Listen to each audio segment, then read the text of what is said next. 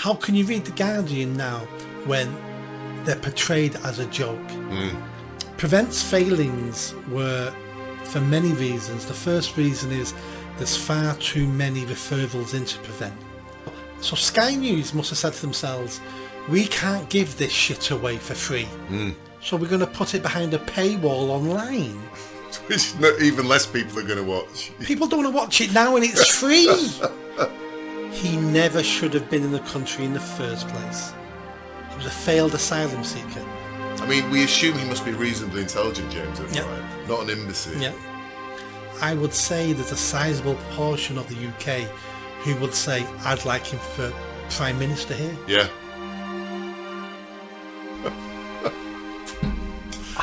Is that lager? Cider. Oh, really? I just get a cup. You get a cup of tea. Yeah, but it's not got bits in though. I could have given you one with bits in it. Ladies and gentlemen, welcome to The Mayor and I, episode 75 with I, Lindsay Khan, and Mr. Nick Buckley, MBE. Welcome. Thank you very much. And I was just laughing before we started because Nick's swigging a large glass of cider as we speak, and I'm reminding you of Winston Churchill, who was nearly always drunk whilst performing his political duties. Nick, well, is that who you're emulating? That's what I'm trying to be. You're channeling Winston Churchill. By hopefully he doesn't get too drunk during this episode. I'm always drinking on these things. And I've always seen that glass of coloured liquid, but I've assumed it was like cordial. No, it's always been cider. Good. Guess at the end of the day, you don't drink because you're driving here, but I'm not driving anyway, so by this time of the evening, I need a drink. Our gentle listeners haven't realised they've been listening to a drunk. to a drunk for 75 episodes. Flipping heck. Now you know our dear listeners, and I can only apologise. So Nick, you're on well over 31,000 subscribers now. We're getting very close now to 32,000. Yeah, a couple hundred away now, 32. And I have noticed your videos now, especially the short videos, typically will get well over 1,000 in different individual views, which is great, really. Well, for our long format, so 1.5 hour episodes, we're now hitting between 1,000 and 2,000 views per them. Yeah. And the short clips now are going anywhere between 1,000 and I'd say on average 6,000-7,000. Yeah, some do a lot better. Yeah, and you've had a few recently, 22,000. Not just the Mayor and I, but other people you've spoken to as well, which is really good. Yeah. From talking to people, everyone said you take a dip at Christmas and New Year. Yeah. And that's because everyone's out of their routines, visiting family, doing stuff off work, and they're not sat in front of the TV or the computer as much as they normally are. Yeah. But once you get to mid-January, which we've passed now, everything's gone back to normal now, and I would say our figures now are higher than they were in November. Yeah. It's good, and it's obviously getting out to people, which is great. And I went the other day to a guy I bought some stuff off, who I found out I mentioned him in a previous episode, and I said, "Are you still watching it?" He said, "Oh yeah, he's still." He said, "You look a lot better clean shaven." That's what he said. You look younger. You do look younger. And he also said, I thought you were wearing the same shirt week after week, but that's because he's looking at clips from the same episode. Yes, he thinks that those are separate. They're actually, so just to clarify that's why we're always wearing the same shirts. So Nick, today is Wednesday. Yeah. We normally meet on a Tuesday, and the reason we're meeting on a Wednesday is because I was in London for Monday, Tuesday, came back today, and I can't give any details, as you know, but I'm involved in something in London where there's basically a group of members of an organisation, let's put it that way, and we were meeting in London to vote on a subject, and I can't even give the details of the subject because it'll give away the name of the organisation. But as I left the building, it was in a hotel, and normally most of the meetings of this society are within the actual society's houses itself, but this had to be done in a hotel because so many people turned up. 400 people turned up, and as I left, I was accosted by a journalist, which you're used to it, Nick, the paparazzi. I'm not used to it, and this lady introduced herself. She said, "I'm in the media. I'm from The Guardian." Oh, lovely. high quality news outlet. And I said something, first of all, and always you never say the things you want to say, do you? Yeah. So first of all I said, I loved The Guardian when I was a kid and it's just rubbish now. And then we didn't make any comment on this, what was happening. But then she shouted something after me like, have you got anything to say? And I turned round and all I said was, leave The Guardian. That's what I said, which I thought was quite witty, but not incredibly witty. But then reflecting on it and reflecting on this, you and I here, I was actually thinking, I wish I'd turned around and gone to her and said, instead of reporting on this, which is a trivial matter, why aren't you reporting on A, B, C, D, E? And the first one that sprang to my mind was the grooming gangs. But then I WhatsApped you and said, Nick, this has just happened. What would you have said to this journalist that they should be looking at instead of this trivial idiocy here at this point in London here? And I kind of fired that question at you earlier. So I kind of pre-prepared you, which I don't normally do, but I just would be interested in what you would have said to her. You asked me to come up with 5 things. Yes. So the first thing I would have said to her was, why don't you investigate the reputation of The Guardian? Why do so many people think The Guardian's a joke? Why don't you investigate why? Yeah, that's a good point. Yeah. My second one would have been, why don't you investigate why socialism never works? Why does high tax, big state never work? We've got example after example throughout the last 100, 200 years. The bigger any country has, the bigger the state gets and the more tax it takes, the worse the people are. Why don't you investigate that? Why does that happen? Because The Guardian is always pushing for a bigger state and higher taxes. Yeah. My third one is the one you mentioned, the grooming gangs. Not necessarily investigate the individuals, the paedophiles, the rapists, but why don't you look into why very serious organisations, so-called respected organisations like councils, the police, children's services, government, local government, why don't you investigate why they didn't do their jobs? We all know it's because we're scared of being called racist and that's what we think. Why don't you look into that? That'd be a really good, interesting story to find out why they let those girls down. Number 4 would be, why are the working class so unhappy and discontent? The Guardian is all about socialism, and surely that's about making the working man's life better off. Why are the working people in this country so unhappy? And you are afraid, meaning The Guardian, you're so afraid that they're turning to the far right. Why don't you investigate why? And is it the far right, or is it the fact that the old way of doing things in this country that may have worked 50 years, 100 years ago, aren't working now? Why the working class rebelling and turning their back on socialist governments, socialist policies and socialist institutions? And number 5, I would have asked her, I'm making this one up now, I only got to 4. Let's leave it at 4. Whatever I say, that'll be silly. Yeah. I wish I'd had you with me and we could have asked those questions. But of course, in the spur of the moment, you kind of just, but I actually thought there was so much I could have really said to her about the paper, not about the incident or whatever, but about the paper, really. But yeah, it's just, and then I was looking at The Guardian on the web, and they're free. You can look at them free on the web, can't you? But there's a little statement that says, give us some money. And then it says things like, the media is controlled by a handful of rich oligarchs, blah, blah, blah. A complete lie, basically, about the reality of the media. And, because we all know the media is basically, we'll talk about it later, basically shills for the government as far as we can see. But they, in their own minds, seem to think they're a rebellious organisation that's seeking the truth. They're half correct. So, a lot of our media is controlled. We may think they're controlled by the government. They're not. They're controlled by other people who just happen to believe and support the government. And they're getting benefits from this system, from this government. But The Guardian is slowly becoming bankrupt. Readership's going down. How can you read The Guardian now when they're portrayed as a joke? I see some of there's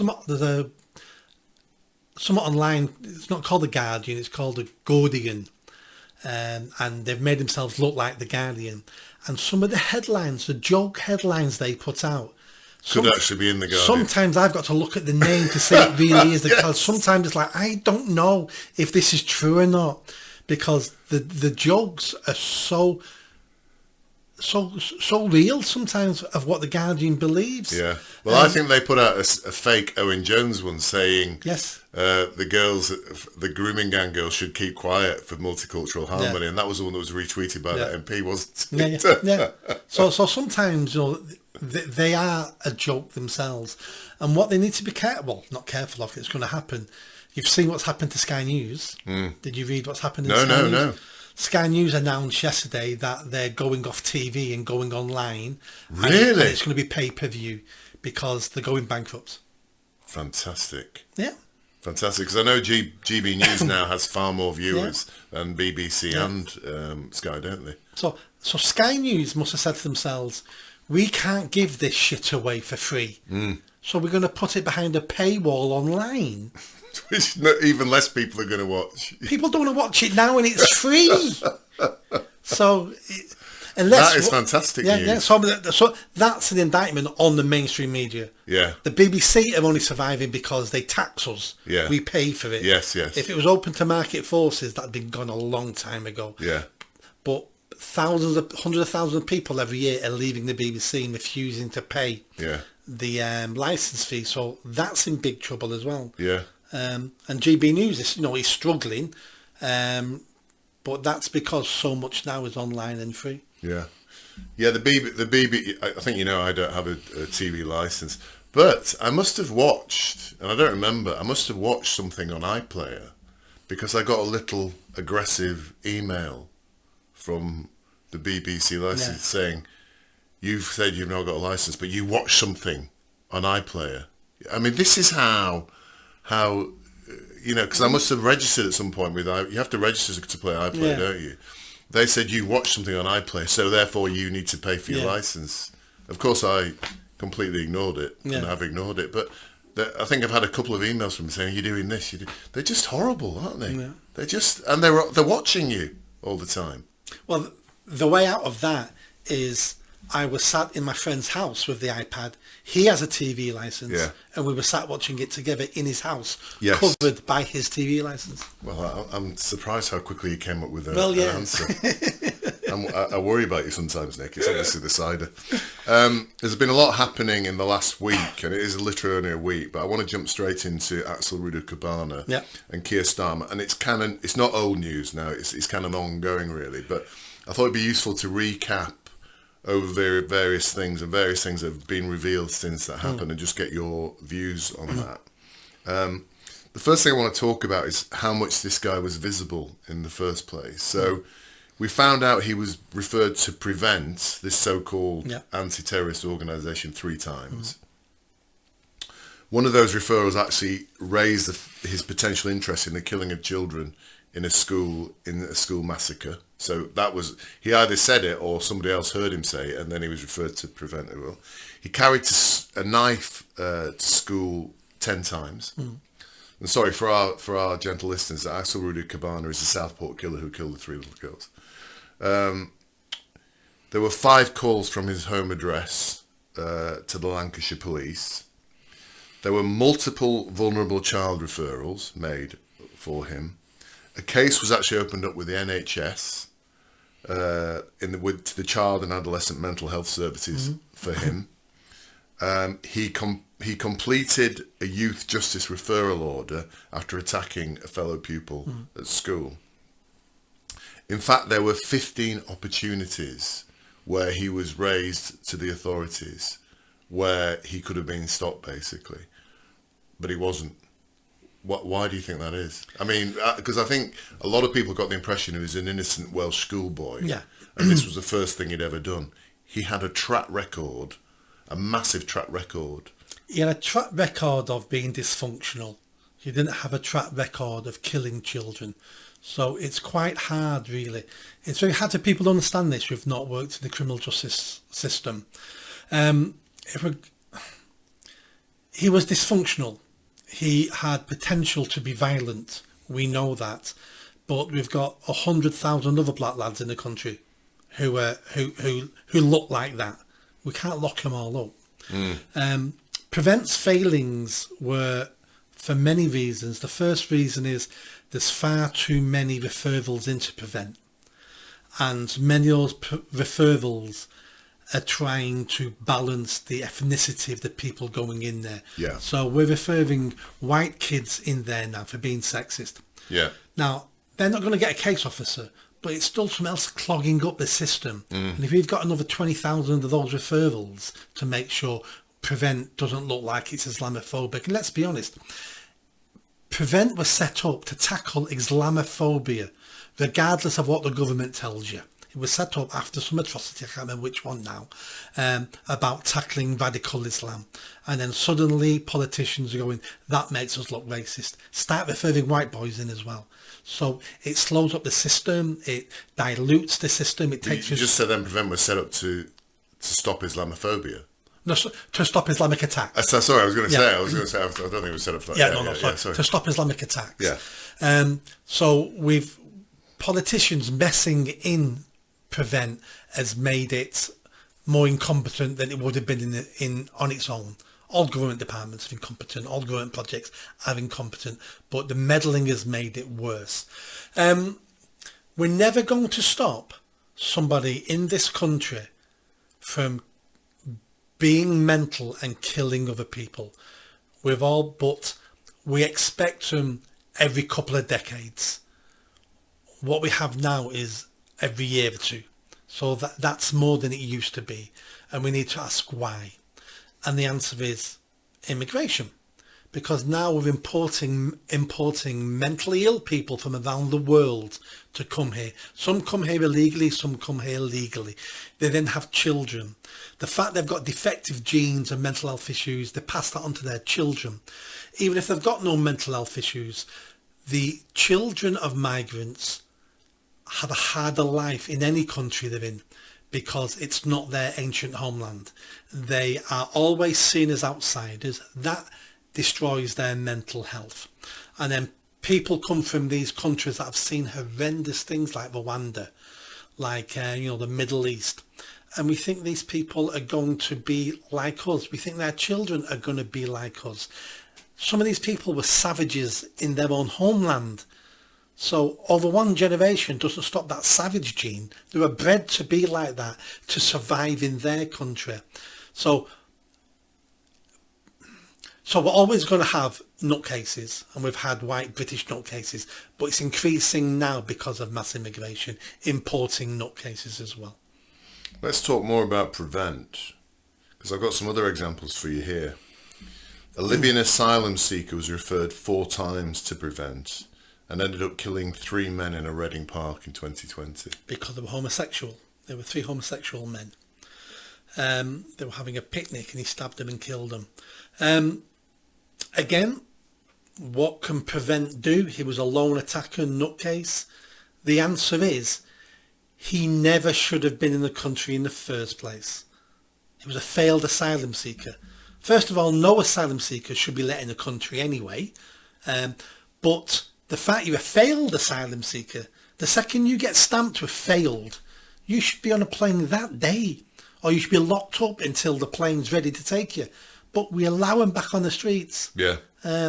Again, imported nutcase, but it's a failed system.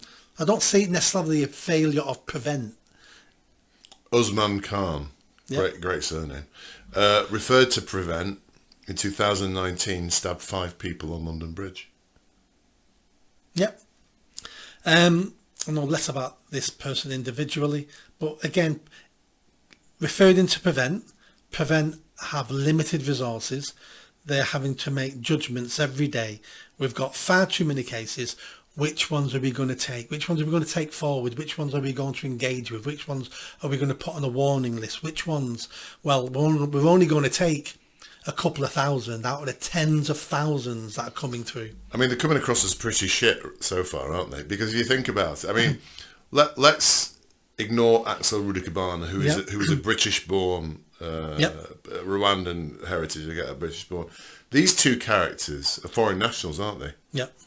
So surely, as soon as they get referred to Prevent, it's like, you're on a plane, mate, you're off out of here. It's an easy decision, that, isn't it? That's a government decision. It's not a Prevent decision. Prevent is not about deporting people. Prevent are like doctors. They're about working with you so you're not mental anymore. That's what Prevent's about. Prevent isn't like the MI5. It's not like the police. Oh, right. Prevent is all about working with these people referred into it so they stop being radicalised. That's Prevent. That's why it's called Prevent. So it's not an enforcement. Well, I think people think when they call Prevent that somebody's going to be dealt with. No. So who do you call then if you think somebody's a terrorist? You don't call Prevent then? You call the police. Right, okay. Yeah.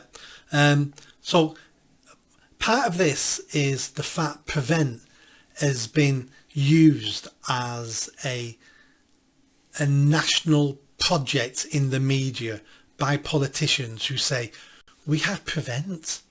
And the word prevent means we're preventing stuff. It's a poorly named organisation. I didn't know that. And it's not funded to the level it should be if this is going to be the organisation that's going to stop assumed if it was Prevent, they jump in a car, drive over, throw you in the back of the car, take you to the airport, put you in jail or send you home. Yeah, nothing like that.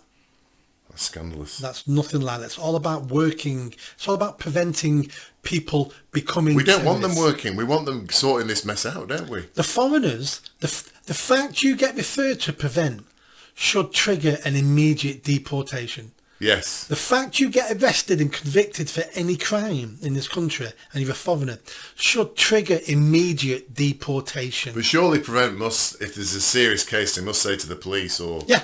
There's a problem here. This guy needs to be sorted out. They work very closely with the police and the anti-terrorism unit and MI5. They'll work with all of them.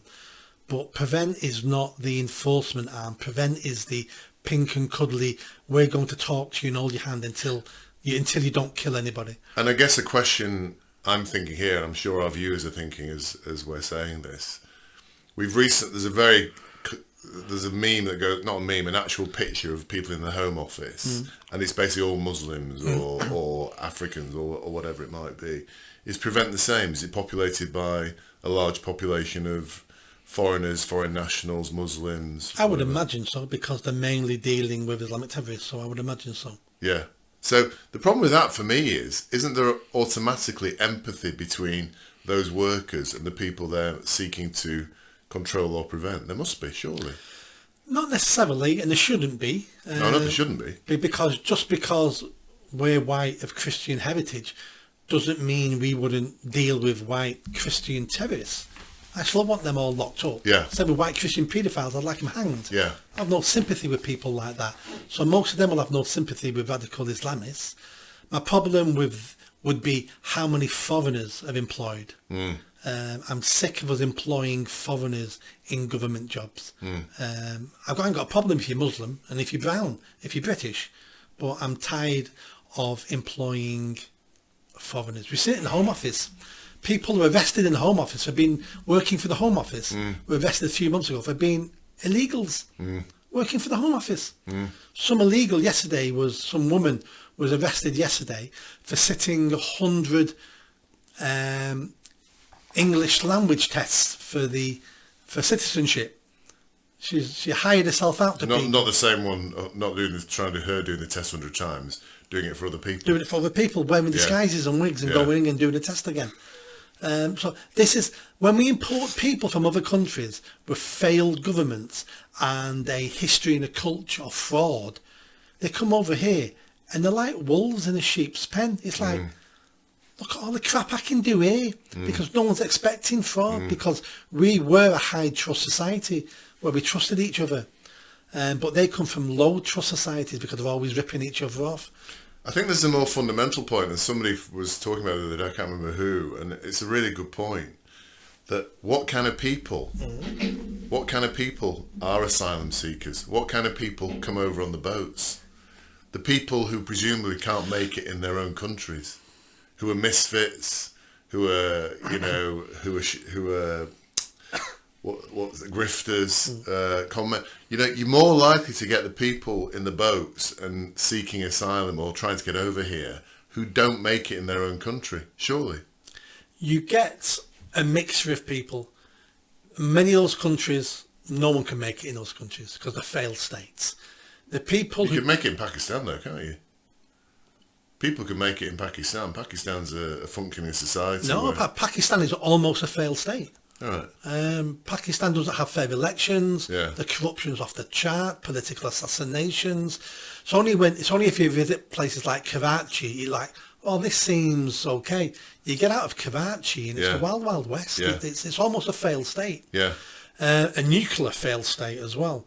The people who come on the boats will be the strongest, because it's a hell of a journey to get to the channel. Yeah, but you say that it's the strongest, but I would challenge that, because if they're so strong and capable, why aren't they making it in their own countries? Because what I just said, hardly anyone can make it in their country. Right. You have to be born into wealth to make it in those countries. So they have to be strong enough to make the journey to get to Europe. They have to, again, partly it's also a benefit to be a criminal, because you've got to wheel and deal and rob and steal along the way to get here, because you can't self-fund because you had no money in your own country. Where's the money coming from? Yeah. So it's basically survival of the fittest, and criminality plays a part in that, of doing what needs to be done to survive.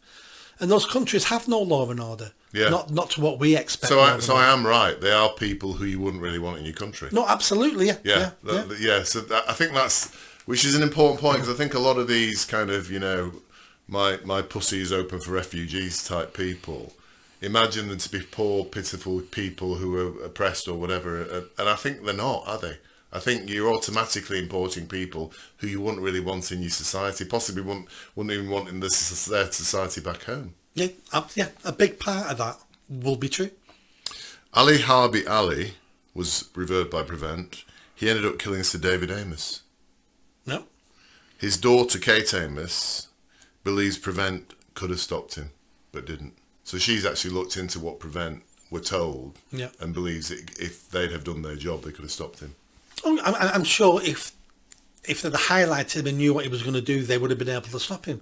But when you're making these decisions on a daily basis, it's like you don't know who's going to go on and commit crime because you've only got limited resources. His case is even worse because his dad came over here, claimed political asylum, and flies to Somalia all the time to do business. Has properties in Somalia. What the hell's he doing here? What's he doing? Exactly. Yeah. What's he doing here? Yeah. So a lot of people use the asylum seeker, use the asylum system fraudulently. People, if you claim asylum and then you go back to that country for a holiday, do business of a wedding, that's the end of your asylum. Yeah. You should never be allowed back in the country. Yeah. We heard the details of what Axel Rudikabana did, and one of the details are horrific. I don't want to go at all of them, but one of the girls was stabbed 122 times. Yep. It must have been both horrific. So, I mean, you can't imagine what that poor little girl went through, but you also, the people seeing this happening, it must have been just horrific for them.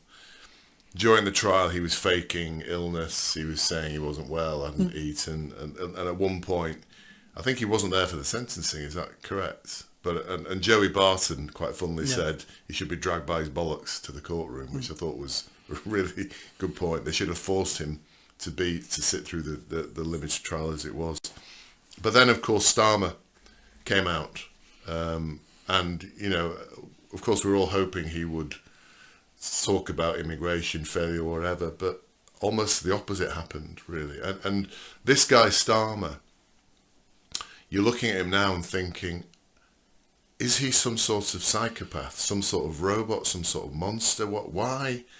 His behaviours just are so bizarre, so weird and extreme. You almost couldn't make it up. If you wrote about what he's done in the 6 or 7 months he's been in power, you wouldn't believe it. And of course, he once again didn't fail to disappoint us, did he? So first of all, he started saying that young men in their bedrooms and now the new terror threat. That's the first thing he said. Then he started saying that this is to do with access to knives. Him and Yvette Cooper started saying that this is to do with acts. He implied that Islamist ideology was not the motivation behind it. And then also started to basically lie about the reason he didn't disclose more details. And actually said, yes, I knew the details as they were emerging. It would have not have been right to disclose those details. Now, all this is bollocks, isn't it? Yeah. We've had barristers on TV talking about this, going, he could have said this, he could have said that, he could have reported this, because it's been reported in every other case like this up to now. Yes. This case was different for him because of the so-called rioting. That was his priority, was to stop the outrage, because he was afraid that the outrage would bring him down and bring his government down. And it was all about quelling the violence and quelling the outrage. So he was quite willing not to tell people information. What I'm waiting for now is some investigatory journalists to look into what's gone on. And I'm sure some of them are looking into it now. The thing I want to know, and I want someone to discover, is his name on any paperwork connected to the Rudikubana family in relation to immigration, asylum status, anything like that. Is Keir Starmer's name on anything? Because if it is, that's the end of Keir Starmer. Yeah, well, we keep saying that's the end of Keir Starmer, but he's still clinging on, isn't he? Yes, but if his name's on something and he helped bring the family here, or he helped them to get asylum status, or he helped them get citizenship. But we have now a Prime Minister who's basically lying directly on camera to the population, haven't we? He's saying now, I couldn't reveal these details because it would prejudice the case. Yet we know, and as you say, barristers have been on TV saying it. When a man drove a van into a mosque in 2017, it was declared a terrorist incident within 8 minutes. Yeah. Joe Cox, Keith Palmer, the Manchester bombing, Westminster, all were immediately declared as terrorist incidents. So this isn't kind of a fantasy. This isn't subjective. He's lying. He's lying to the public. It is subjective. Anything you can deem could influence a court case. So it's technically not a lie. The best word to use is excuses. These are just excuses of what excuses of why he did what he did. They're excuses because his priority wasn't the public, wasn't anything else apart from quelling the outrage on the streets. That was his priority. So we now see the government. We see Yvette Cooper, Keir Starmer blaming Elon Musk and Jeff Bezos, who runs Amazon, for the Southport killer. So the white guy who's doing life in jail now, who drove a van to a mosque and killed someone outside a mosque, are we blaming Ford for that? Yes, the availability of cars. Are we banning Avis because he rented it? But people want to ban things because it's a simple answer to a very complicated situation. But does anybody believe it, Nick? This is the thing. We're reaching the point now, aren't we? But his voters, he's only looking at 20%. I don't think his voters believe that, do they? They can't do. They want to believe it. I've read some of the discussions online of people going, it's the right thing to do. Amazon needs to be dragged into court. It's so easy buying these things off Amazon. And it's like... Well, yeah, but those people must be thick. Yeah, no. And ideologues and will twist their own reality to fit what they want it to fit. We've been trying to ban knives for a decade or two, and we've got more knife crime today than we've ever had. And we keep clamping down on the availability of knives, how you can buy knives, the age of knives, carrying knives. We're clamping down all the time, and knife crime is getting worse and worse and worse and worse and worse. Because you can't ban something that's in every kitchen drawer in the country. Yeah. You can't ban something that everybody uses every single day. So it's a stupid way of doing it. I mean, I'm now watching this stuff in disbelief because when we started having these conversations, there were subtleties to it. There is no subtlety to this now, is there? You have a government who is blaming a second generation immigrant who has clearly got psychological problems, who has gone to school and been fed a diet through his school days of critical race theory about how white people are shit, basically, who's talked about white genocide, who's basically looked at Al-Qaeda documentation and other documentation, and then has gone out and killed 3 little white girls and injured all those other ones. And the government are saying it's Amazon's fault. Because that's the only person they can blame. They can't, they don't look in anything else. They can't look at race. Black people in general, especially black men, are, I think, is it 3-4 times more likely to have severe mental health issues, schizophrenia, things like that. Immigrants are more likely to be criminals. Black people are more likely to use violence and be violent. All these things are facts. Black people are more likely to carry knives and guns. Muslims are more likely to blow people up. So these are things we could be looking at. How do we tackle that part of the problem? But every single one of those problems, no government in the last couple of decades have wanted to tackle at all. So what did they do? Right, people have been stabbed. If we take away knives, those people can't be stabbed. That's the end of the problem. So for simple people in the country who like simplicity, who want simple answers, that makes perfect sense. Remove the knives, people can't be stabbed to death. But that still leaves a violent nutcase on the streets who then will get a hedge cutter, who then will get a car, who then will get... I could kill you with most things in this room if I wanted to. Yeah. So it isn't the item that's the problem. It's the fact we have a dangerous nutcase. That's the problem. What do we do about that? That's the point I'm making. This is gaslighting at its finest, isn't it? You know, the Yvette Cooper, it's a disgrace that Rudy Cabana could buy a knife on Amazon. I mean, bloody hell. That's just, to say that is just insanity. And she also said the tech giants risk a second Southport because of what so they're shifting the blame for this. Yeah. And they're actually conveniently shifting it to Elon Musk and Jeff Bezos, who happen to be standing behind Trump in the inauguration. And it's kind of, I cannot genuinely believe, and maybe our gentle viewers can confirm this, I cannot genuinely believe there is anybody that isn't seeing this for what it is, a complete and utter gaslighting. There's loads of people who can't see it. Loads of people, because they don't want to see it, because they still have hope and respect for our governments, and they think our governments would never do that. Knives are a problem, and the government's trying to tackle knives, but they can't. We just need to ban knives. It's a simple answer for a simpleton who doesn't understand the complexities of the issue. Yeah. We see it all the time. We see the government doing a knee-jerk reaction to something that has no effects, but usually makes things worse.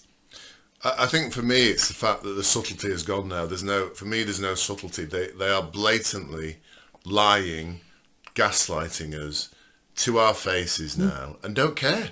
Yeah. They're happy to do it, aren't they? That's the only difference with this government compared to the last 30 years. This government doesn't spend any time trying to sound believable. Yeah. They've come to the conclusion no one believes us anyway, apart from the ones who will always believe us. Yeah. So all I've got to do is say what they want me to say. Yeah. I don't even have to sound convincing. I have to spend no time on this because 80% of people won't believe me anyway. Yeah. Even if I'm the best actor in the world, they won't believe me. So I'll just now make shit up. Just make shit up because 20% will believe it and the 80% will think I'm lying anyway. I might as well just lie. Yeah. And of those 20%, one of them is, have you heard of a guy called James O'Brien? From LBC. LBC. He's awful. Absolutely awful. I mean, he is a grotesque, this guy. Yeah, he's awful. And he said the man who owns the platform that the Southport killer looked at was sitting behind Trump and did Nazi salutes. So he's not blaming anybody in this country for this horrific crime or anything we've done. He's blaming Elon Musk. Yeah. And yeah, I'd just love to be in the studio with this guy and grab him round, grab his shirt and say, "Are you freaking insane or something? Why are you saying this stuff?" But what is his motivation to say that? I mean, we assume he must be reasonably intelligent, James O'Brien, not an imbecile. Yeah. He's reasonably articulate, and obviously he can handle it. He's progressed well in life. Why is he saying shit like this? He's one of those people, and they've always existed, and they've always, I don't know what the percentage is in the population, but it'll be higher than we imagine. He's one of those people who thinks if he ran the country or the world, it would be an amazing place to live. He thinks he has all the answers to all our problems because he understands people. He understands what's best for people. And the people who disagree with him are not wrong, they're evil. Because how can you disagree or not want what I want? Because I'm a wonderful person and I've got all the answers. So therefore people like Elon must be evil. And then once you believe people are evil, then you make yourself see that evil. No one in their right mind thinks Elon Musk did a Nazi salute. It looked like a Nazi salute at certain angles on certain videos. Of course it did. But we've also shown that everybody else on stage does Nazi salutes, ranging from Obama to Hillary Clinton to O'Brien himself. Someone put pictures of him in the studio doing Nazi salutes.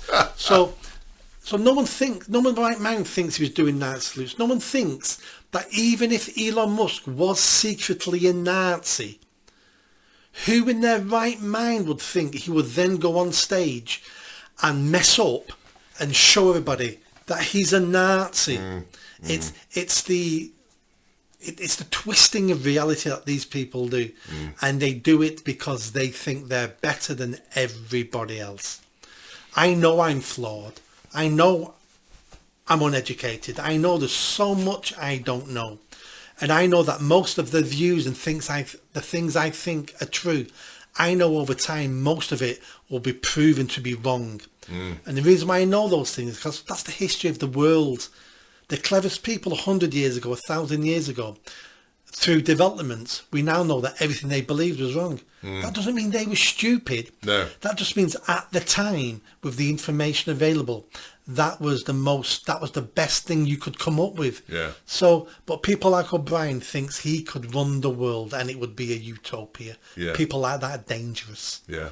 I was sitting next to, there was a meal after the event yesterday, and I was sitting next to a guy who was, maybe talk about him later because he was quite interesting because he was I don't want to give too many details away, but he worked at university. He was a lecturer at university basically, and he was talking about Trump and this place as we're talking about it's a relatively, I would say it's relatively right of centre in terms of political views, but he clearly was from a university. But he was talking about Trump, and he said, "Oh, Trump's terrible. He's a right-wing fascist." And I just said to him, "Why is he a fascist?" "Well, because of the things he does." I said, "Well, can you tell me what things he's doing?" And he couldn't answer. Yeah. And he eventually ended up, he said, "Oh, well, deporting illegal immigrants." I said, "Well, that's not fascist, is it?" "Why is that fascist?" I said, "We need to do that in this country, don't we?" Oh, he said, yeah, we do. Then I said, "What else? Why is he a fascist?" "Oh, he just the things." I said, "Well, tell me." "Well, he wants to make people who were born in that country to not be citizens." I said, "Yeah, he wants to do that." You mean like every other country in the world? Like every other country. Yes, I didn't say that, but yeah, I said, "Yeah, but if he wants to change that, why does that make him a fascist?" And it just literally. So he's a very clever man working at university. Yes. And it just shows that intelligence isn't a marker for common sense. Yes. And understanding the world. He's an ideologue. He doesn't think he's an ideologue. Yeah. But because everybody around him thinks these things and says these things, he thinks they're facts. Yes. So he repeats them. Yeah. And no one's ever challenged him until just then. Yeah. And he hasn't got an answer to any of them. If you call someone a fascist, you need to back it up. You need to back it up, exactly, yeah. And he just couldn't back it up. And I said, and by the way, the Nazis, I said, if you talk about fascism, I said, "Do you think the Nazis were fascists?" He said, "Yeah, they were." I said, "Do you know the Nazis are a socialist organisation, left-wing organiser?" He's like, "Oh, yeah. Right." He sounds like an idiot. He was a nice idiot because I could see he was trying to get, and then he started saying, and he said, "I'm leaving this country. I'm going to go and live in Germany."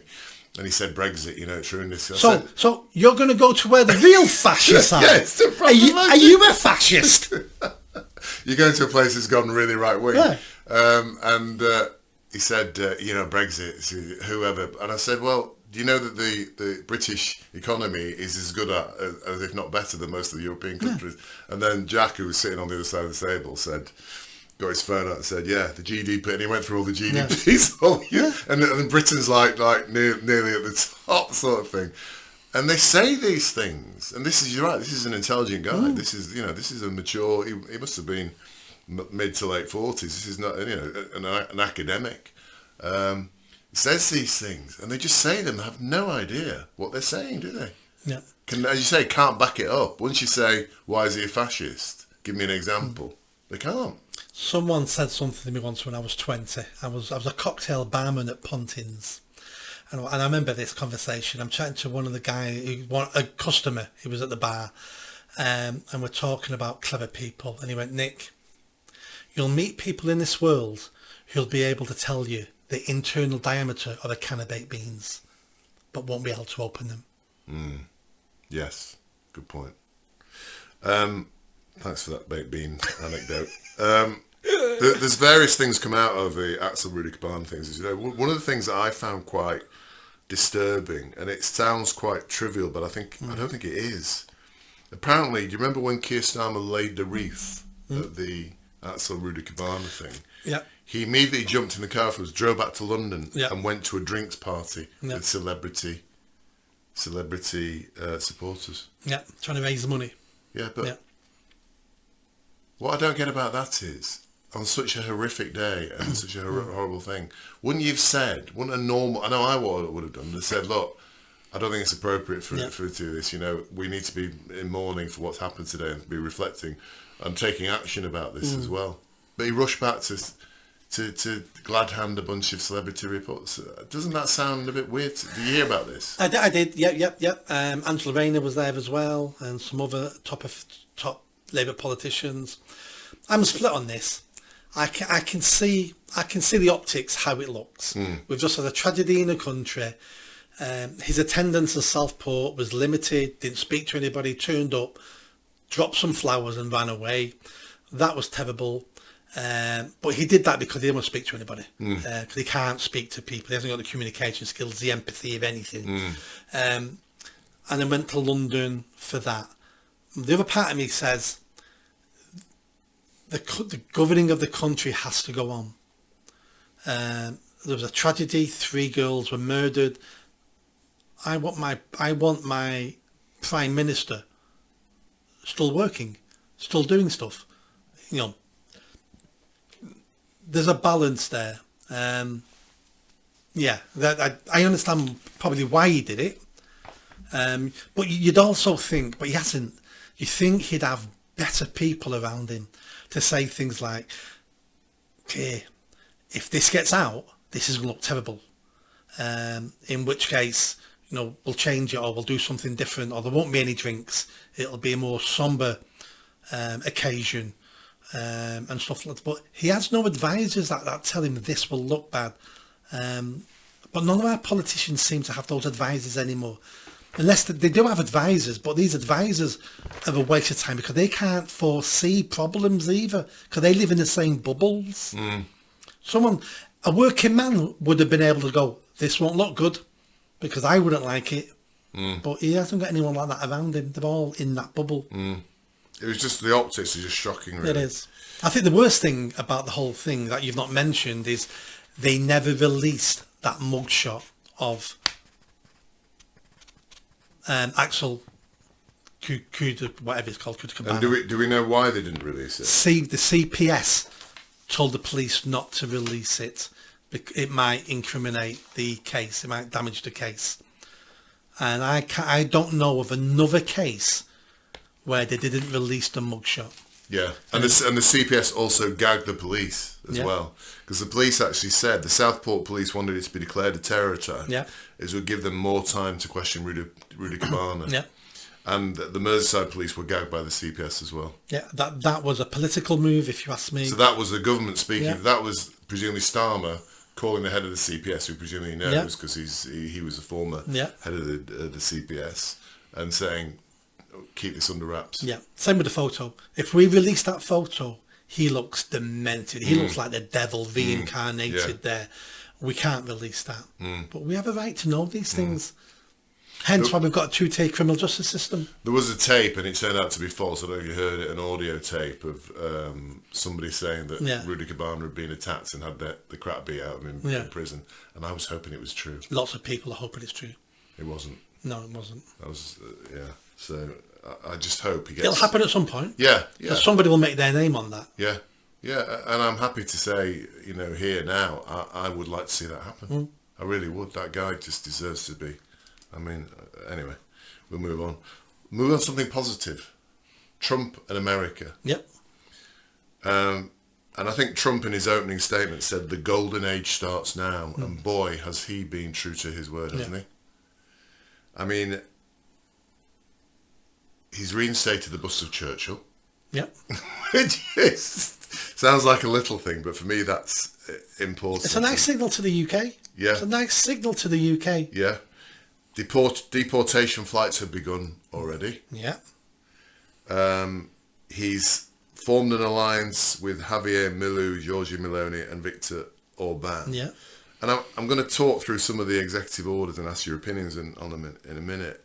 But are you aware of what happened with the Colombian so the deportations of the Colombian? Maybe you would tell our gentle listeners what happened. So I believe 2 flights took off. Yes. So I think these are Colombian criminals. I think that were. Yeah. Or maybe just illegal immigrants. No. They're at the beginning now. They're all criminals. Yeah. They're all convicted criminals in America. Yeah. So that's why they know who they are, because they've all been convicted in America. So they're in prison in America at the moment, probably. Some of them will be. Some of them are free walking about. Right, okay. That's why ICE are raiding them. Yeah. But the plane had taken off. It was getting towards Colombia, and Colombia denied entry for the airplane. So I had to go somewhere else to land. Trump, I believe, was playing golf and got told the Colombians have refused entry. And he went, give me that phone. Phoned up the Colombian president and said, right, from tomorrow, there's a 25% increase tariff on all goods coming from Colombia. I think it's 50% on your coffee. Basically going to say, I'm going to bankrupt you. Within an hour, I believe, the president phoned back going, we'll accept the plane. In fact, I'm sending my plane to go and pick some up as well. Great win straight away for Trump. The president of Colombia, which is a socialist government, looks really weak. And then the president of Colombia then attacked Trump. Did you see that? Called him a fascist, a this, a that. I sent my plane because my citizens deserve to come home in style. Blah, blah, blah. There's prostitutes now in Colombia refusing to sleep with American men. So we've got, girl power there in Colombia. That's a positive, isn't it? Yeah, there'll be less diseases being brought back to America. Less syphilis and gonorrhea. Fantastic. Straight away on the phone and destroyed the president of another country and said, we're not having this, and this is what I'm going to do. And the president believed it straight away and changed his policies. And that somebody sent me a summary of this, and it said, Trump on a golf course, hole 3. Yeah. Colombia refuses permission. Hole 8, Colombia is sending flights. and I think I think he carried on playing golf. Yeah. I don't think he kind of thought, I better deal with this. He's like made a phone call, carried on playing golf. Hole 8, he gets another phone call. They're now picking him up. I'm sure he expected it. I'm sure this has been discussed. Mr. President, what happens if this country refuses the flight which was sent off?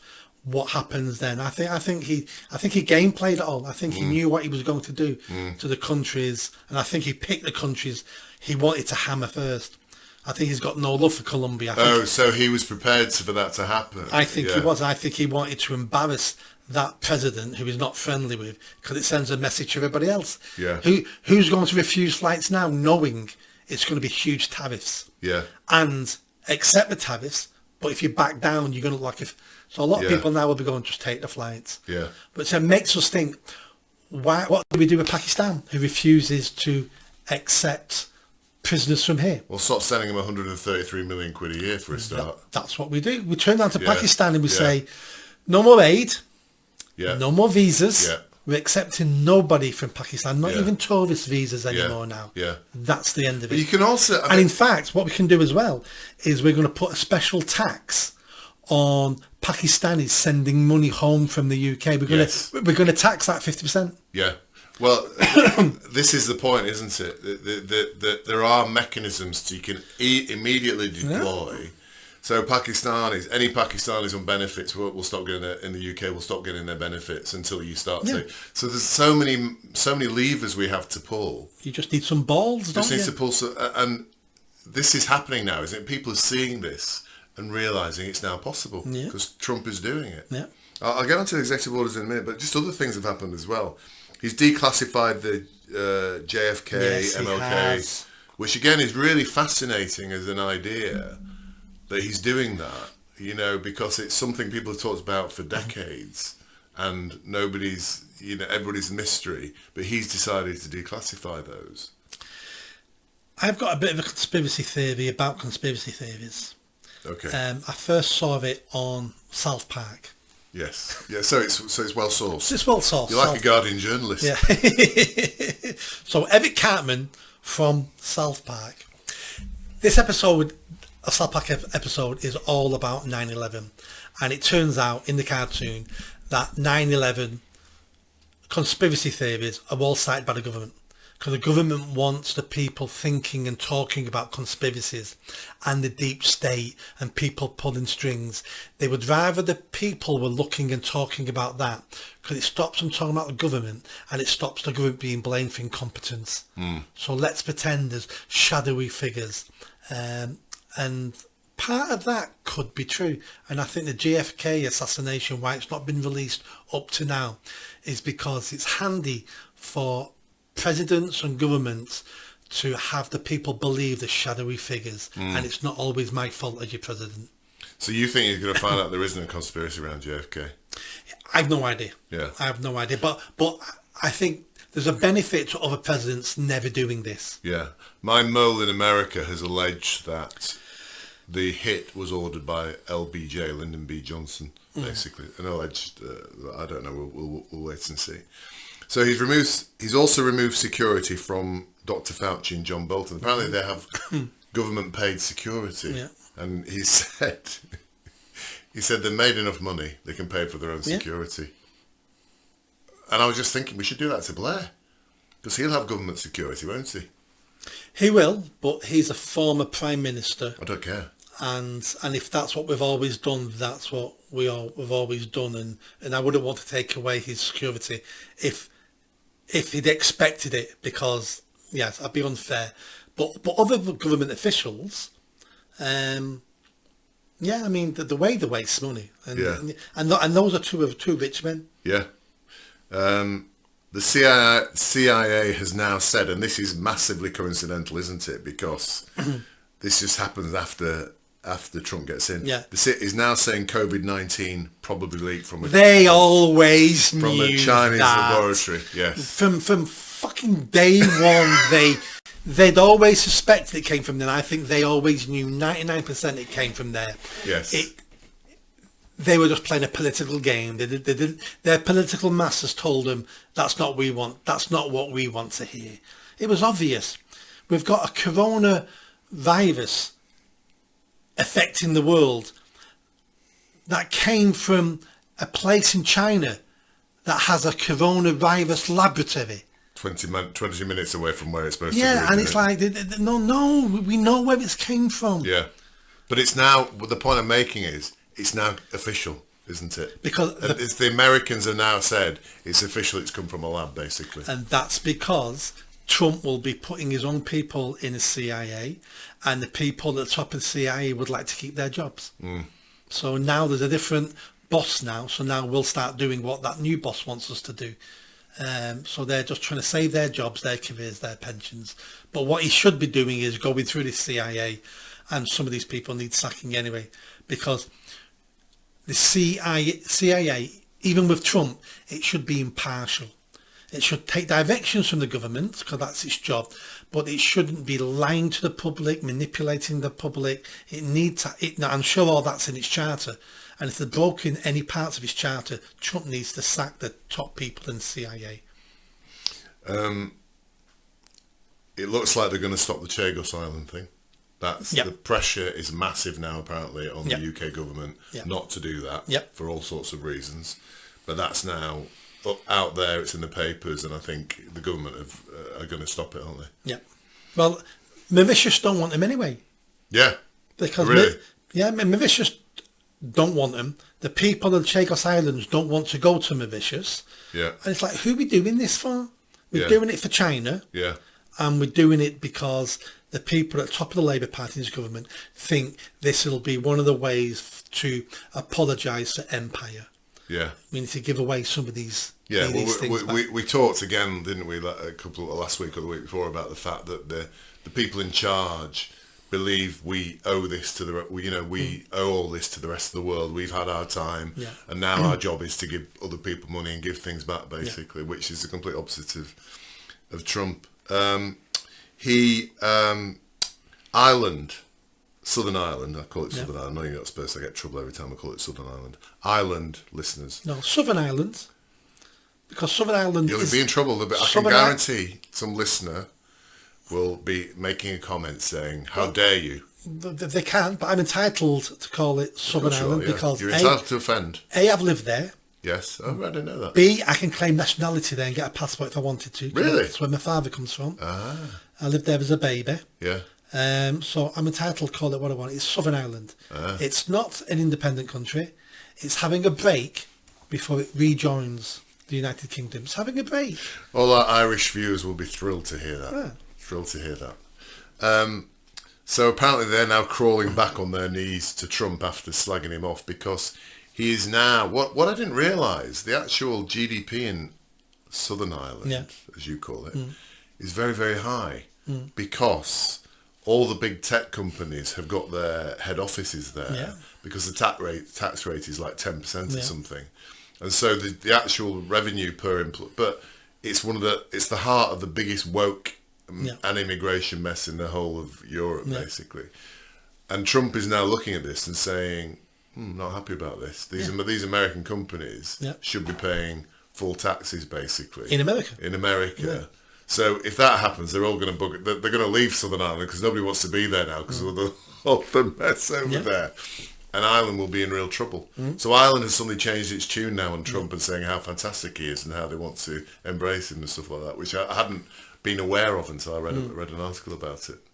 Yeah, I knew that lots of big companies base themselves there and pay tax to the government in Southern Ireland, even though they do all their work across Europe and stuff like that.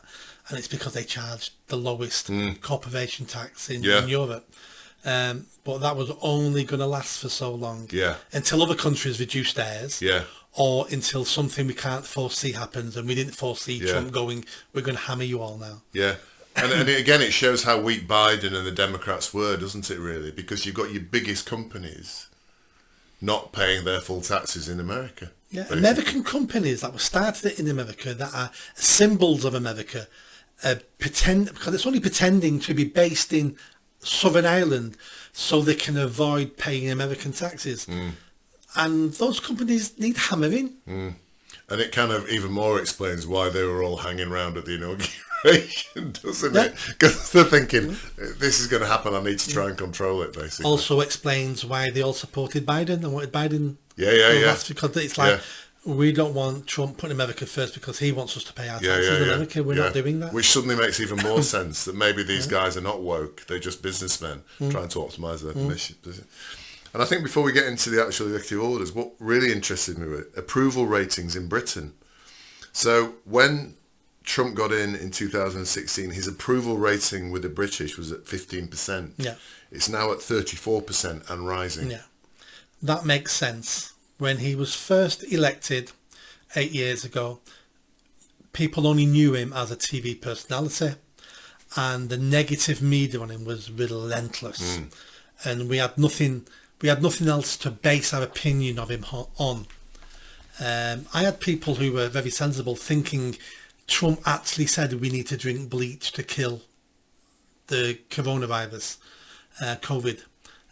He didn't say that, but people were believing what they were being told. Roll on 8 years, and we've seen the mess of America, and we've seen his first 4 years in power and what he did. We don't believe the press anymore now. Plus, things have moved on as well. We all believe the press less than we did 8 years ago anyway. So it don't surprise me that his ratings have gone up. In fact, I would say there's a sizable proportion of the UK who would say, I'd like him for Prime Minister here. Yeah, I think they will. I'm sure they would. I think a lot of people are saying he's done more in the first couple of days than Labour has done in their entire time, basically, they've been. And it's true. Yeah. So the executive orders, he's imposed a federal... And I suppose my question to you on these is, could this be done here? And should this be done here? So in terms of defeating inflation, he's imposed a federal hiring freeze, which is basically... Compare that to our public sector. A foreign aid freeze, which is stopping sending money abroad, and created the Department of Government Efficiency. Should we do that here? No, I think we need to go further than that. I would cancel foreign aid. I'd cancel it. That doesn't mean we don't give money to other countries in need. So he's frozen it temporarily, hasn't he? Yeah. You just say that, forget it, it's not going to happen at all. I'd cancel it. Yeah. And if somewhere like Turkey has a massive earthquake and there's a natural disaster there, then I'd be quite happy sending people there to help, sending tents, giving money. But I wouldn't have this set budget that every year we have to give away. Yeah. It would no, that's just general budget. Of course we'll help countries in the world when there's been a natural disaster. Of course we will. But we're not sponsoring the lesbian Beijing opera company, which we've been doing. We're not going to sponsor the Ethiopian girl band that we were doing. But that's because you give this money to a government department and go, you've got to spend that in a year. So they just spend it. Yeah. Where it'll be we'll spend it. We'll give money away only when it's needed. So I'd scrap that. I wouldn't be looking at freezing government spending. I'd want it cut. I'd be saying to... Well, I think he is going to do that with the Doge, isn't he? Yeah. So maybe these are temporary measures until the Doge is up and running. I think what he's done immediately, he said, I'm stopping any more people being hired in the public sector, and Doge is going to come in and probably cut it in half. Yeah. And I'm freezing foreign aid, but whether that's going to be permanent or not. But it's happened now. Yeah, exactly. Those things have happened. Yeah, so I'm sure you're going to be looking at that, but I think you're right. This is a holding position because it's like, no, this... I'm going to have to do legislation for it. Things have to go through Congress. But at the moment, it's all frozen. Yeah. And then I'm going to look at cutting it all. He's ended the Green New Deal, withdrawn from the Paris Accord, and ended the electric car mandate. Yep. That's beginning to happen here, isn't it? Is it? Oh, it's beginning to happen here. The government now, there's been rebellion. Well, there's talk of rebellion now in the cabinet because... you've got Rachel Reeves going, we can't afford net zero. Yeah. The economy is stagnating. We need to so everyone's arguing between themselves now. Yeah. Some of the targets are about to be pushed back because they know they can't live up to it. And the second we have blackouts, which from what I'm reading looks like it's going to happen this year, looks like we could have blackouts this year, that will be the end of all of it. And I just hope it comes quicker rather than later. You got it here, folks. Nick's praying for a blackout. Yeah. He has declared a national emergency to extract more oil to boost manufacturing. Yeah. Plans to make the US the world capital of AI and crypto. Crypto, I think, is more personally for him to make. I get the impression. But interestingly, Starmer has recently changed his position on AI, hasn't he? Crypto, I don't really understand anything about crypto, so let's forget that one. AI, from what I'm being told, is extremely important. So, if we don't do it as the West, China's already working on, more complex AI. So that is the future. So we should be doing that. He's doing everything we should be doing. We've got enough, we've said it before, we've got enough coal in our country for 1,000 years. We've got gas under under the north of England for hundreds of years. We've still got gas and oil in the North Sea. We should be taking all that. As the Uzbekistani Prime President said at the COP20, whatever it was, he said, the natural resources under the ground of this country was God's gift to us. And that's what it is in this country. We need to use God's gift to this country. Oil, gas, coal. And we should be an energy exporter. And this country should not have to buy energy on the world market. We should be producing it ourselves and selling it at the rate that helps our families, our households, our businesses, not at the international rate, because people can't produce their own. He's making deregulation and tax cuts across the board a top priority. We need tax cuts for individuals, and we need tax cuts for businesses. I'd like the end of all national insurance, because nobody understands in your wage packet why you pay national insurance. Yeah, it doesn't have. It's not like it's not specifically dedicated to the national health. It just goes in general pot. Yeah. Some people think it's for your pension. Some people think it's for the NHS, and it's for none of that. It's not. It's just an extra tax upon us. We need to scrap that, and we need to be looking at tax cuts across the board alongside mass deregulation, so businesses can boom. Countries that don't invest in America will pay tariffs.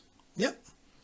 I'm not sure how that's going to work out, because I'm not an economist, and some economists are saying protectionism doesn't work. It leads to higher prices and less productivity and blah, blah, blah. Other people are saying this has never been tried in the modern time. It could work. I don't know. I'm interested to see if it works or not. And if it works, I'm quite happy copying anything that works. The Mexican border, active duty US military and National Guard troops have been deployed. Yes, it has. So I think this is something you said. If you took power in Britain today, you would send the army to the channel, I think you said, or something. I can't remember what you said. I'd want the head of border force and the Navy, and I'd be saying, no one comes in. Yeah. Turn those boats back, sink those boats. Anybody you pick up, either go back to France or they go to the Ascension Islands. Yeah.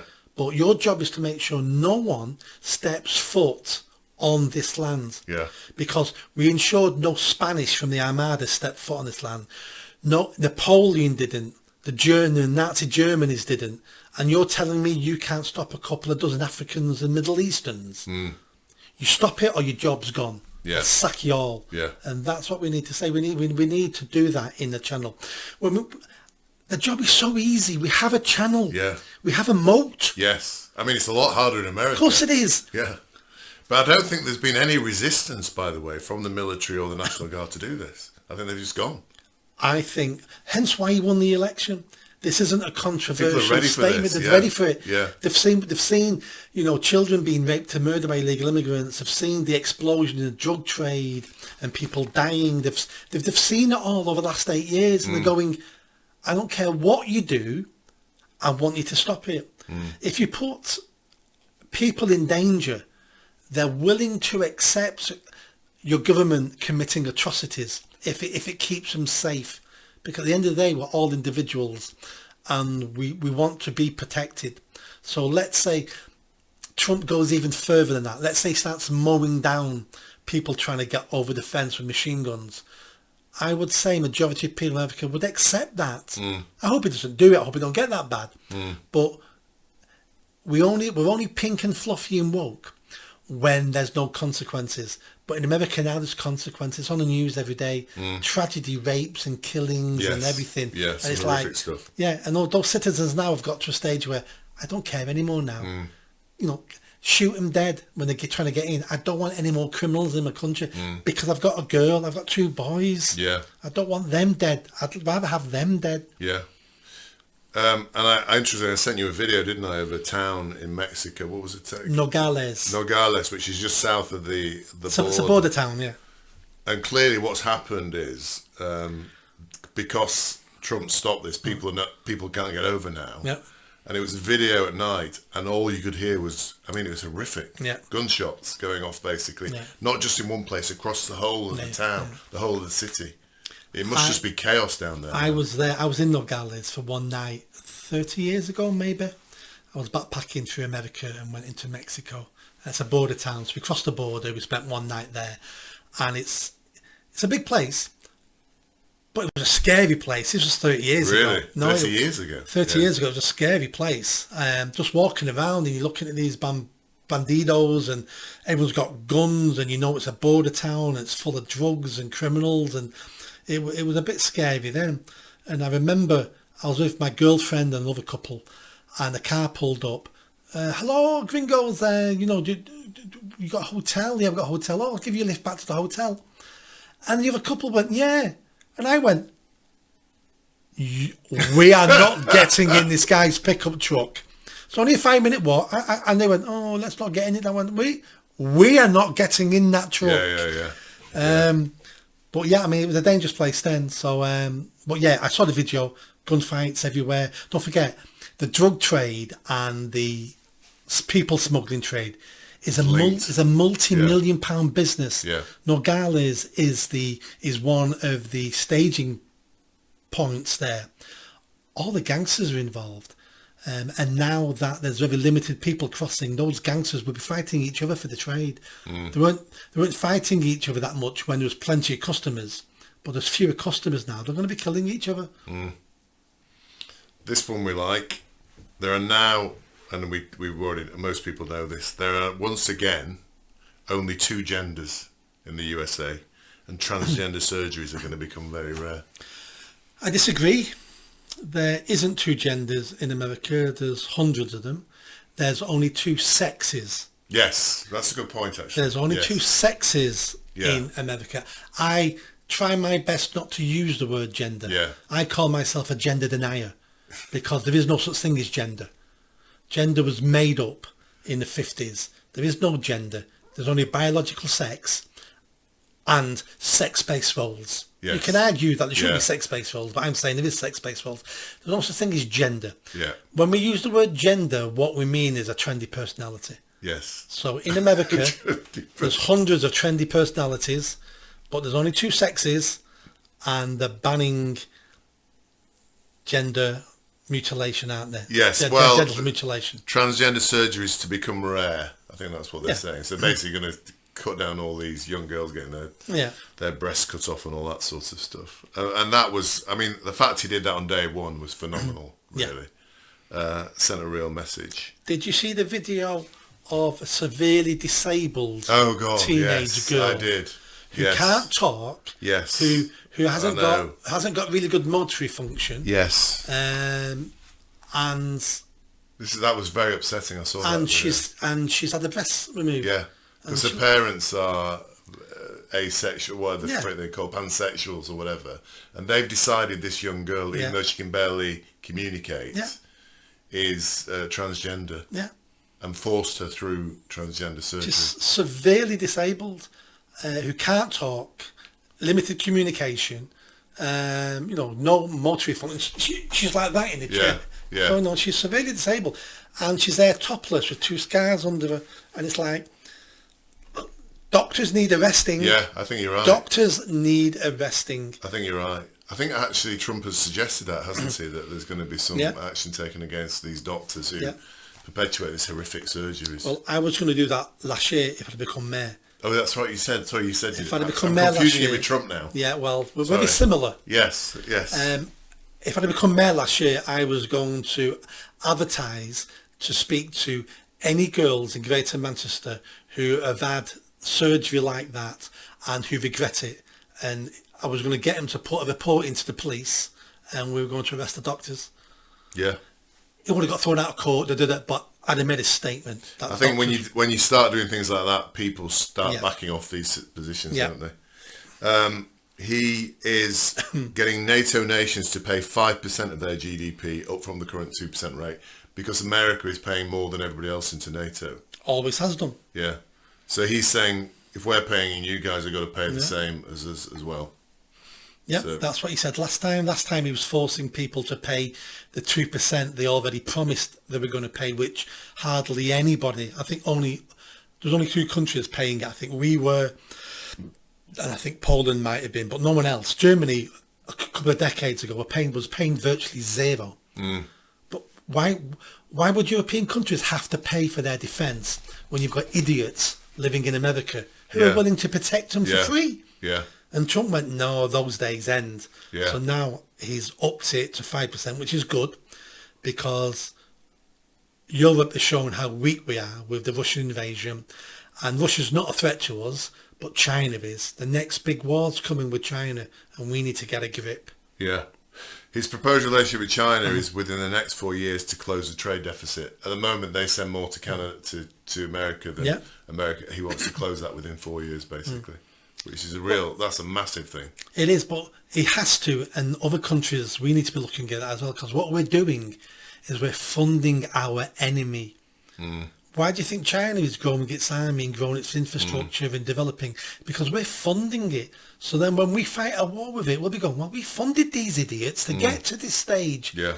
If we can start reducing how well off China is, China will implode. Yeah. And that is how we beat China. China's a huge country, several times bigger than Europe. Yeah. How many wars has Europe had between little countries? Yeah. Hundreds over the last couple hundred years. If we can make China suffer a little bit, China will implode with civil war between different states, stuff like that. That'll be the end of Chinese dominance. That's how we beat China. If we have to get to a stage where we fight a proper war with them, mass casualties, but we've got to beat China by playing a better game, which is reduce the amount of money they earn and then hope they implode. He's also planning to make a peace agreement with Russia and Ukraine a priority. Yep, so we should. And wants to work towards denuclearization with the cooperation of Russia and China as well. Yeah. So have I missed? He did hundreds, didn't it, or at least 100? Are there any ones that particularly that I may not have mentioned that captured your interest or attention? No, for me it was the deportations. Yeah. And watching those videos online of criminals having their doors smashed down, being arrested. There's one I watched yesterday. He was a guy from Thailand, being convicted of sexual abuse of a 9-year-old girl in America, and he's living in America in an apartment, and he's not a citizen. He's there illegally, and he's already done time for raping a 9-year-old girl, and they arrest him. And he don't think it's fair. And it's like, I couldn't believe, I was shocked how far the American criminal justice system has fallen. That the state knows where these people live. They just turn up at the house and arrested them. Nobody, and it was in Chicago. And when the mayor of Chicago, was it Chicago? Yeah, it was Chicago. When she was being interviewed, the guy, the mayor of Chicago, was a black guy. He basically said, it's not my job.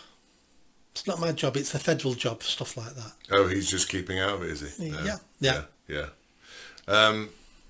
Apparently, just on the deportation, the news. I've not seen. Is it a lady? The what's it called? Who's the White House spokesman? Yeah. One of the woke reporters said to her, all these illegal immigrants you're deporting, do any of them have criminal records? I don't know if you saw this. No. And she said, all of them. They've all got criminal records because they're illegal immigrants. Yeah. And then it just ended. I thought, fantastic. Because, of course, we forget that in this country. That's why they're called illegal immigrants. Yes. Our lovely asylum seekers are lovely, gentle brown people. Yeah. They're not criminals, are they? But they are criminals. They're all criminals. And I think the final bit for this, just wrapping off this edition, and I think I think you weren't sure last time we spoke, but I want to ask you again, after now it's a week of this been happening, is this going to have an impact on this country and on this government? What he's doing, is it going to have an impact? Oh, I said last time, absolutely. Whatever happens in America affects us. Yes. And then to a lesser extent the rest of Europe, and then to a lesser extent the rest of the world. So it's definitely going to affect us. Or maybe I should have said, is it going to change what we're doing? Maybe that's what I want to say. Is it going to change what we're doing? Under this Labour government, no. I can't see how it changes. They're not going to change anything they want to do. They may be forced into some tiny things such as the Chagos Islands and stuff like that, because he blocks the plan, and Mauritius go, well, we don't take him now because America are going to put sanctions on us. So they may be blocked from doing stuff, but I don't think this Labour government will change anything, because I don't think they can afford to, because they know if they end up looking like the president of Colombia, they'll know it's over for them. And every single one of them wants to stay in power. They also know that they only need 20% of the vote. And yes, I don't think it'll change. What will change is the next government who gets in. If we spend a couple of years now watching these changes and looking at American boom, if America booms, there's always a chance that everything he's doing now could fail, and America could end up in a worse place. It's a tiny, tiny chance of that, but there's still a chance. Yeah. But if it doesn't fail and America starts booming, the Conservatives, Reform will start going, that's what we're doing. Their manifesto in the next election will look very similar to what Trump's done, because they'll copy it. So change will come. Yeah, but the next government. The thing is, I don't want the Tories or Labour to get in the next time, because they'll say that and they won't do it again, will they? You know, like they've done every single time. Yeah. The only one who's really going to do it is going to be Reform at the moment. So I know what you say. They'll change their manifesto to say we'll do this, and then they won't do it. When it comes to Tories, completely agree. I wouldn't trust them, because why? How could you trust someone who's let you down over 14 years, over 5 elections in those 14 years, and lied to you every single time, and then did the opposite? Yeah. So have the Tories changed? I think the Tories will only change or get any credibility back when there's new people in the Tory party who have never been in office, who are not tarred with the incompetence of the last 14 years. Reform, unknown quantity, but do you know what? Trump was an unknown quantity. And at the moment, the only player in town I can see worth voting for, who's got a chance of hell of winning, the only one is Reform. Some of the other smaller parties, either like UKIP, like the SDP, some of them have got some good policies and some good people in the parties, but they're not going to. I can't see him winning any seats at the election, never mind becoming a government. Reform is the only game in town if you want change. And I've said before, if Reform then starts going in a different direction, stop voting for them. Yeah. On that bombshell prediction, Nick Buckley, MBE, it's the end of episode 75. And sorry, I forgot to mention at the beginning, ladies and gentlemen, if you like what we're saying, like what we're talking about, please give us a thumbs up, subscribe, and buy Nick's book. My book's still selling. It's surprising me. Still selling, half a dozen copies a day, and it's like my bestseller. And I've almost. I think it's the fact you just leave it lying on the table every episode. It's that brainwashing of the, And I'm a third of the way writing my next book. Very exciting. I think you told us about that, didn't you? The last week I've started breaking the back out of it now. It's all coming together now. Still a lot more work to be done, but it's fleshing out now. It's hard work writing books, so I admire you. Well, today I've been writing all about genocide. That's lovely. Yes. Nick Buckley, MBE, very nice to see you. Thank you.